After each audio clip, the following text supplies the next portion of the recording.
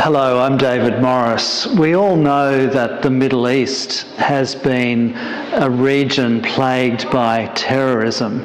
But I had a very interesting conversation recently with a former Prime Minister from a country in West Africa called Mali.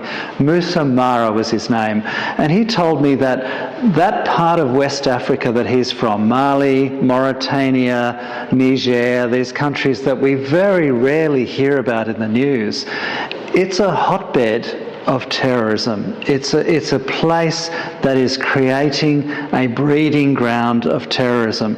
This is because this is a region of sub-Saharan Africa where the economies and the governments are essentially dysfunctional. There are, in Mali, he told me, 300,000 young people coming into the workforce each year competing for 10,000 jobs. So these young people have no hope, and they are aware of life in Europe and in America, and they have a resentment.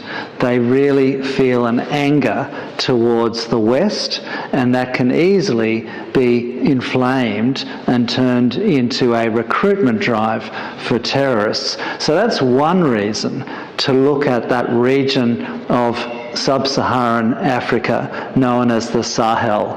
But the other reason is simply the deprivation and the need to do something, and actually for the world to be aware of this part of Africa, because the population is exploding. It's the fastest growing population in the world. Moussa Mara told me that in Mali, in his home country, the average age is 16.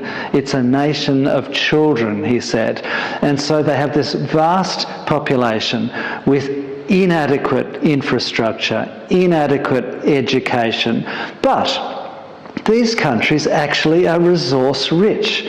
So they have under their arid land, they have large aquifers, so there's lots of water if they only had the infrastructure to get to it.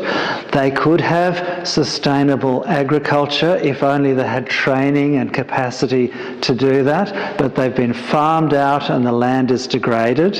And they have minerals. They have the kind of mineral wealth that the world needs, if only companies would come and invest in these countries. But they won't invest because of the crime problems and the dysfunction and the poor governance. So we've got a circular problem in that part of Africa that really needs the world to pay it some attention. Moussa Mara, the former Prime Minister of Mali, said to me what we need is like a Marshall Plan. We need like a serious investment in that region, educate, build infrastructure, and you'd have to do it for a sustained period of time, but it's probably the only hope of turning around a region that otherwise just might inflame the rest of the world.